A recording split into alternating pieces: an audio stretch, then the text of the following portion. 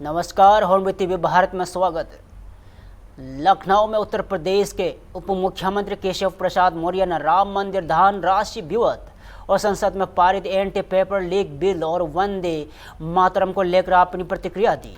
उन्होंने कांग्रेस और समाजवादी पार्टी पर निशाना साधते हुए आरोप लगाया कि विपक्ष भारतीय संस्कृति और शांत और धार्मिक भावनाओं का सम्मान नहीं करता। उन्होंने राम मंदिर से जुड़े प्रदर्शन के तरीके पर सवाल उठाते हुए विपक्ष पर माफी मांगने की बात कही और केशव प्रसाद मौर्य ने एंटी पेपर लीक कानून को छात्रों के हित में बड़ा कदम बताया और कहा कि इससे परीक्षा व्यवस्था में पारदर्शिता आएगी। और उन्होंने वंदे मातरम विधेयक के पारित होने पर भी देश के लिए महत्वपूर्ण उपलब्धि बताते हुए केंद्र सरकार के फैसले का स्वागत किया।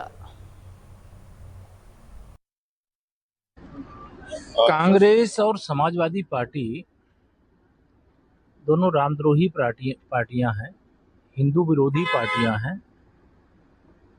भारतीय संस्कृति को तार तार करने का काम जब ये सत्ता में थे तब इन लोगों ने किया है और आज जितना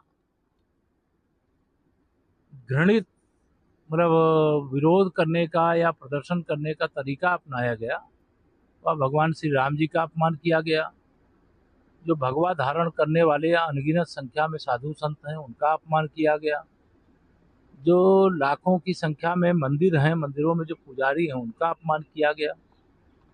कोई एक दुर्भाग्यपूर्ण घटना अयोध्या में श्री राम जन्मभूमि मंदिर चढ़ावे की हुई, उसके जो दोषी हैं वो पकड़ करके जेल भेज दिए गए, जांच चल रही है और राजनीतिक फायदे के लिए इतना घटिया स्तर अपनाना, इसकी कड़े शब्दों में निंदा करता हूं। और कांग्रेस के और समाजवादी पार्टी के मुखिया इसके लिए राम भक्तों से क्षमा मांगे, साधु संतों से क्षमा मांगे, भारतीय संस्कृति को मानने और पूजने वालों से क्षमा मांगे।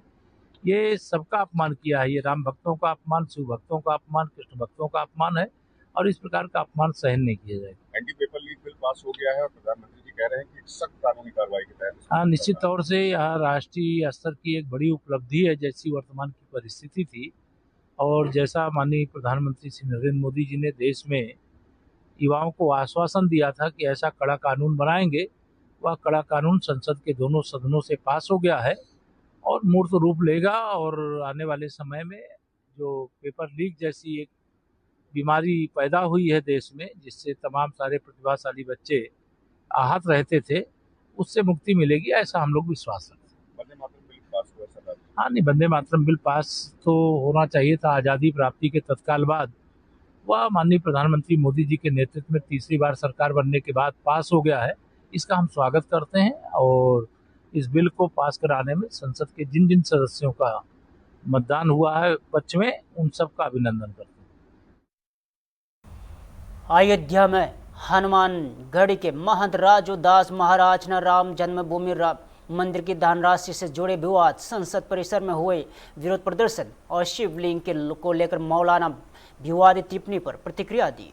उन्होंने कहा कि राम मंदिर से जुड़े मामले की भी निष्पक्ष जांच होनी चाहिए और दोषियों के खिलाफ कानून के अनुसार कार्रवाई की जानी चाहिए। साथ ही उन्होंने धार्मिक आस्थाओं के सम्मान की बात करते हुए विवादित बयानों पर कड़ी आपत्ति जताई और सभी से सामाजिक सौहार्द बनाए रखने की अपील की। आज दुर्भाग्यपूर्ण एक घटना देखने को मिला संसद भवन परिसर में।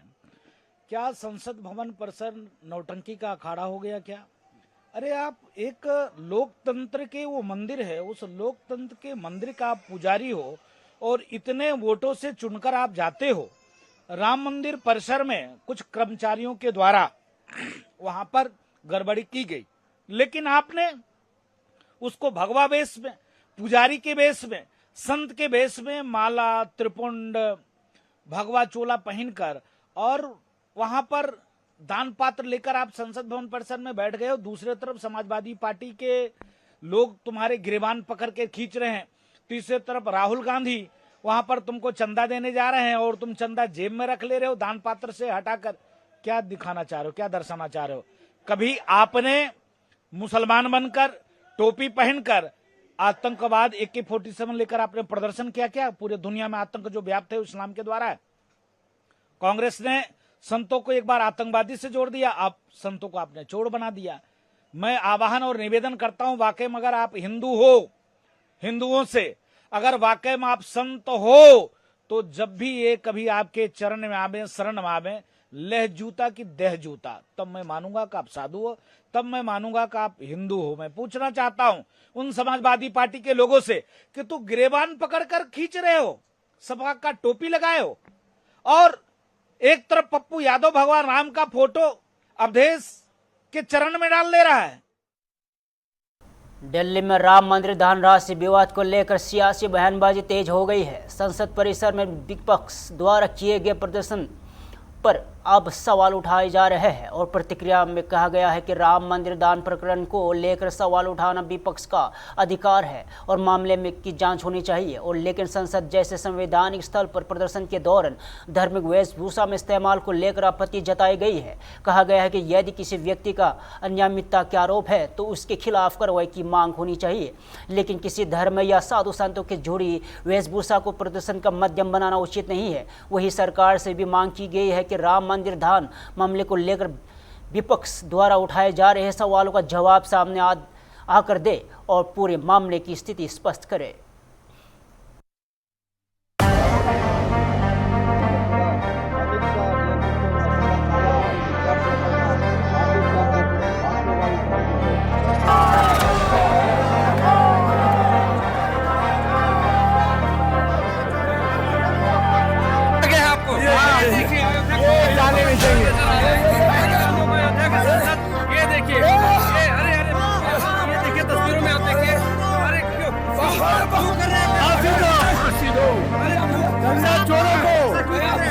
प्रभु राम को जिन्होंने लूटा, खून में चोरी है, हम तो चोरी करेंगे, इनको पकड़ के ले चलो।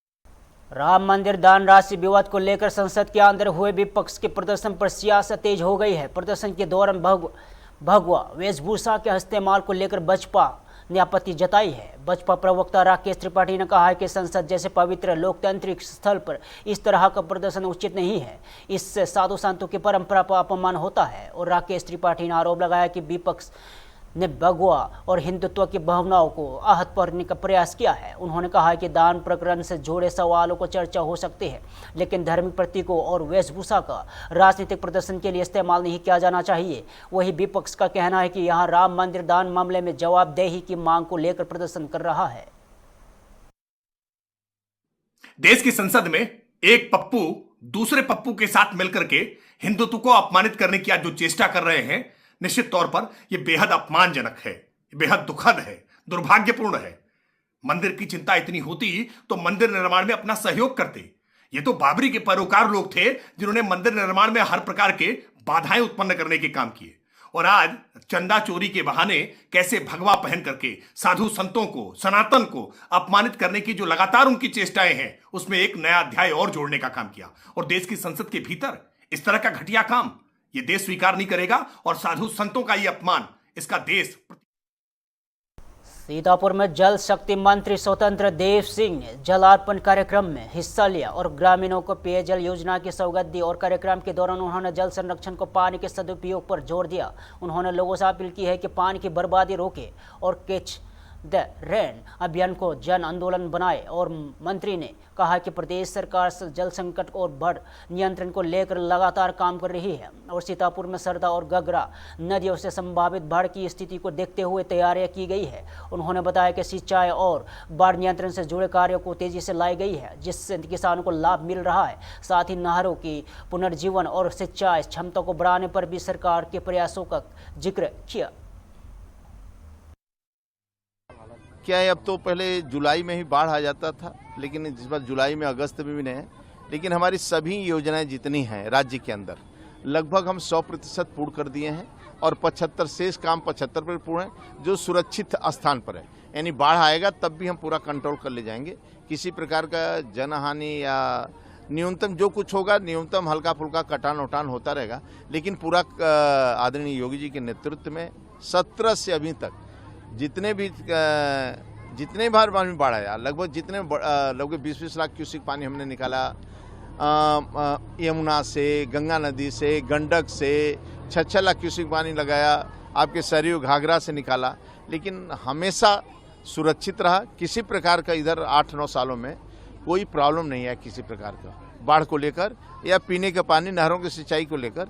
ये सभी सिंचाई विभाग जैसे 9 सालों में लगभग मरी हुई नहरों को हम लोगों ने जिंदा किया, जो विलुप्त थी नहरें, ऐसी नहरें थी जो मिसमान नहरें थी।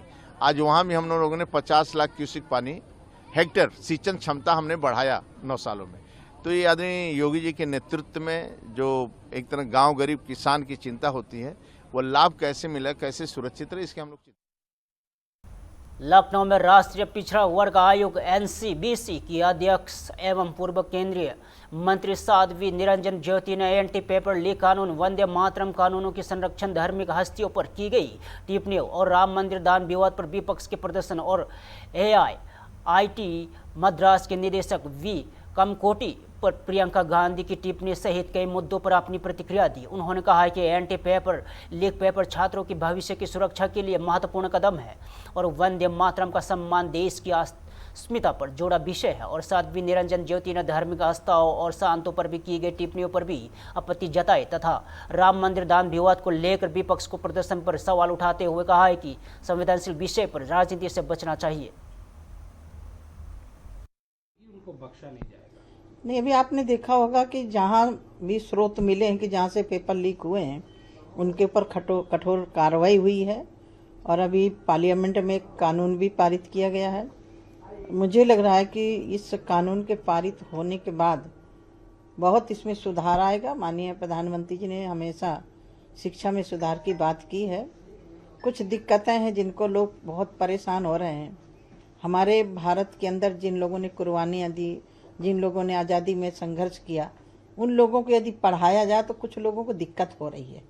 तो मुझे लग रहा है कि जो ये घटनाक्रम हुआ है उसके बाद बच्चों ने पेपर दिया, नीट की परीक्षाएं हुई, उसमें अभी माननीय प्रधानमंत्री जी ने उस पर कठोर कदम उठाने के लिए कहा है और कानून भी पारित किया है। तो इसका स्वागत सबको करना चाहिए।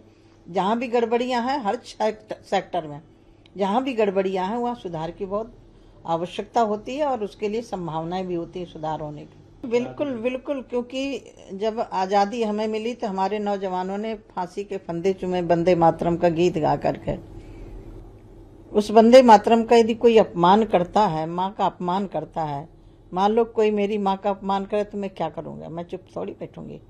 इसी तरह से मेरी माँ है, वो सबकी माँ है। जिसको मातृभूमि के लिए प्यार नहीं है, जो वंदे मातरम का विरोध करेगा तो जरूर सजा मिलेगी। और अभी लोकसभा और राज्यसभा दोनों में पारित हो गया है।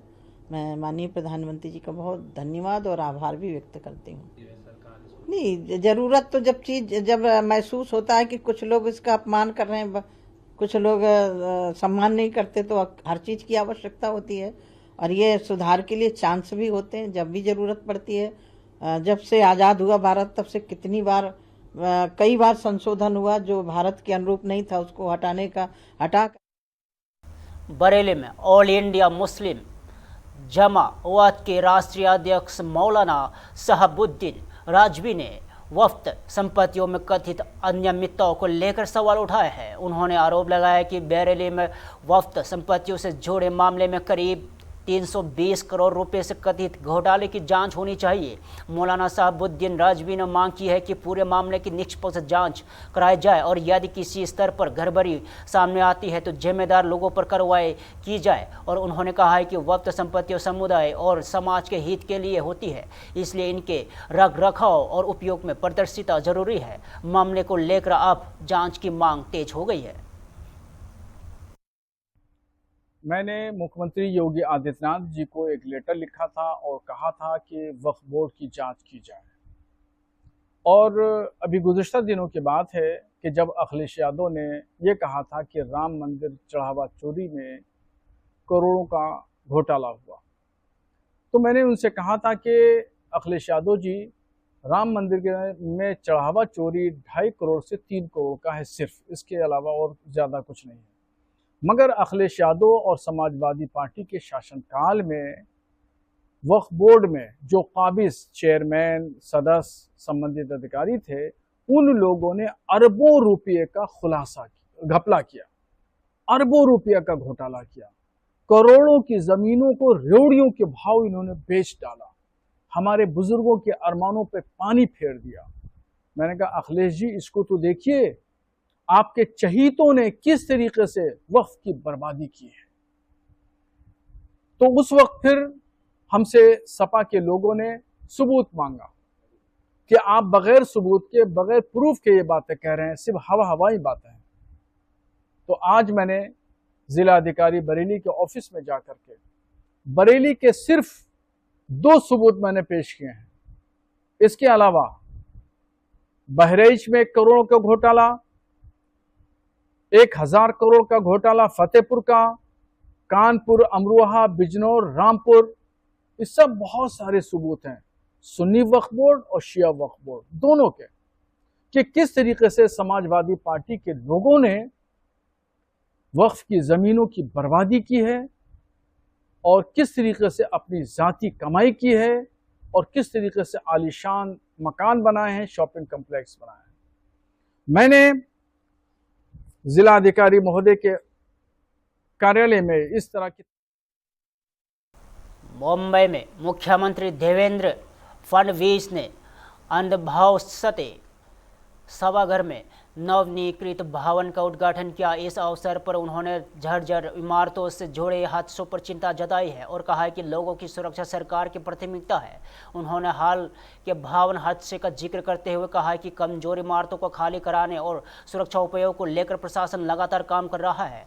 मुख्यमंत्री ने कहा है कि जर्जर इमारतों में रहने वाले लोगों की सुरक्षा सुनिश्चित करना जरूरी है और नियमों की अनदेखी करने वालों पर कार्रवाई की जाएगी। उन्होंने हादसे में मृतकों के परिवारों के प्रति संवेदना व्यक्त की और घायलों को हर संभव मदद का भरोसा दिलाया और वही अंधभाव सटे की स्मृति चिराग नगर के तैयार किए गए भव्य स्मारक को सरकार की ओर से एक महत्वपूर्ण उपलब्धि बताया।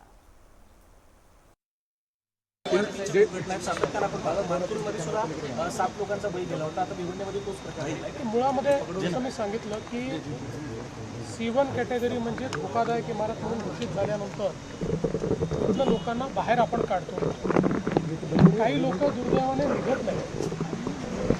आता आपण मानपूरची जर दुर्घटना बघितली, तिथे देखील रिकामी झालेली बिल्डिंग पडली आणि ज्या ठिकाणी पडली ते रिकामं केलं होतं, पण त्यातले काही लोक निघालेले नव्हते। त्यामुळे मला असं वाटतं की जीव अत्यंत महत्त्वाचा आहे।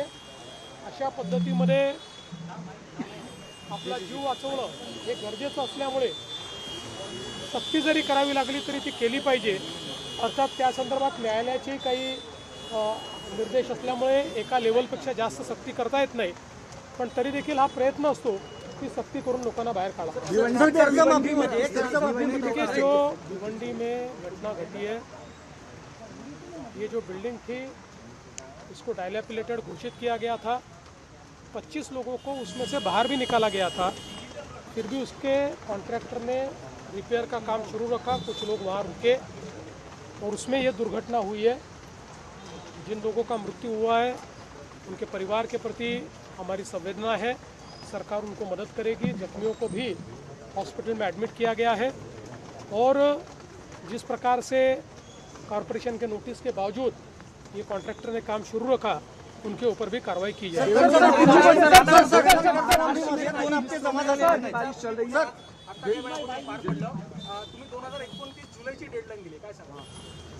मी SRL आहे सांगितलेलं आहे की त्यांनी 4 वर्षात याचं काम पूर्ण करायचं ठरवलं आहे, पण मी त्यांना डेडलाईन दिली आहे की 3 वर्षामध्ये हे काम त्यांनी पूर्ण केलं पाहिजे।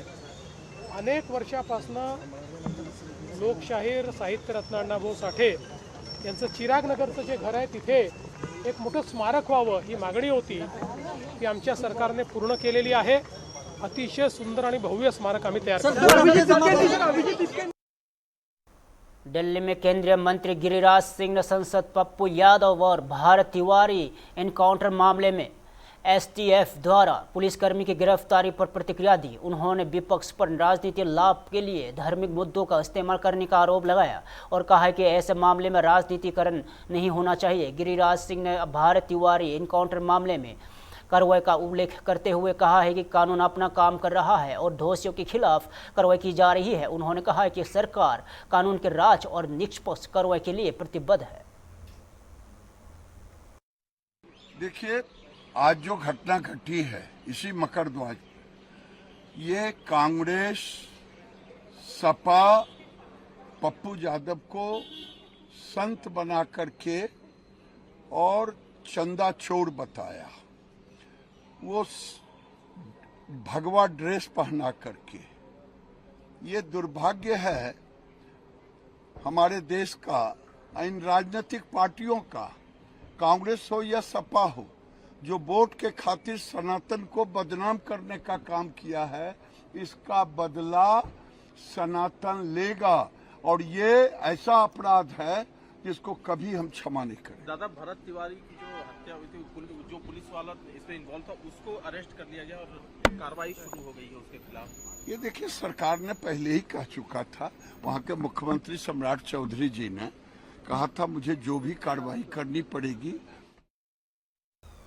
महाराष्ट्र के नासिक में खराब सड़कों और बढ़ते सड़क हादसे को लेकर महाराष्ट्र नवनिर्माण सेना ने नगर निगम के बाहर जोरदार प्रदर्शन किया. प्रदर्शनकारियों ने सड़क निर्माण और मरम्मत में लापरवाही का आरोप लगाते हुए जिम्मेदार अधिकारियों और ठेकेदारों के खिलाफ सख्त कार्रवाई की मांग की.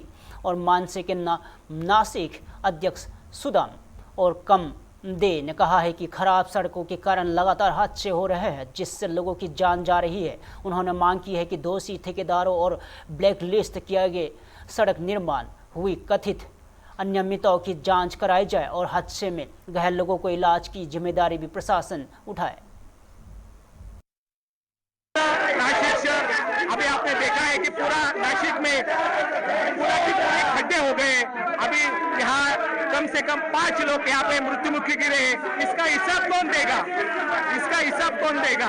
सबसे पहली बात यह है कि अगर पूरा शहर खोद के रखा है, कोई भी इनका प्लानिंग नहीं है, कोई भी इनका डिसिप्लिन नहीं है, नासिक के लोग मर रहे हैं और एक टक के बारे में मस्त है. इसलिए नासिकर को इनको हिसाब देना पड़ेगा. जो लोग मरे हैं उनके वजह से माननीय आयुक्त साहब, माननीय शहर अभियंता और उसके बाद ये कॉन्ट्रैक्टर, इनके ऊपर मनुष्यवध का गुना दाखिल होना चाहिए.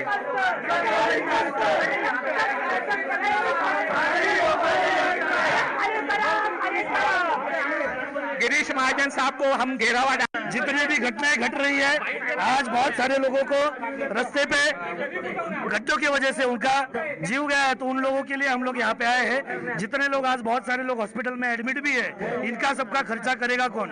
आज 33,000 करोड़ के नासिक में अगर फंड्स है और रास्ते ठीक से नहीं है तो इसका जवाबदार कौन है? तो हमारी आज ये मांगनी है, जो भी कोई इधर जिसको एक कॉन्ट्रैक्ट मिला है वो कॉन्ट्रैक्टर को ब्लैकलिस्ट करो और उसके ऊपर सदोष मनुष्यवधाचा गुन्हा दाखल करो. एवढाच आमची मागणी आहे. गिरीश महाजन हर रोज नासिक में है, लेकिन उनको काम नहीं करना है. उनके सब टक्केवारी में काम चालू है, सबको पता है यहाँ पे क्या शुरू. फिलहाल के लिए इतना ही. तक देखते रहो मूर्ति पे भारत.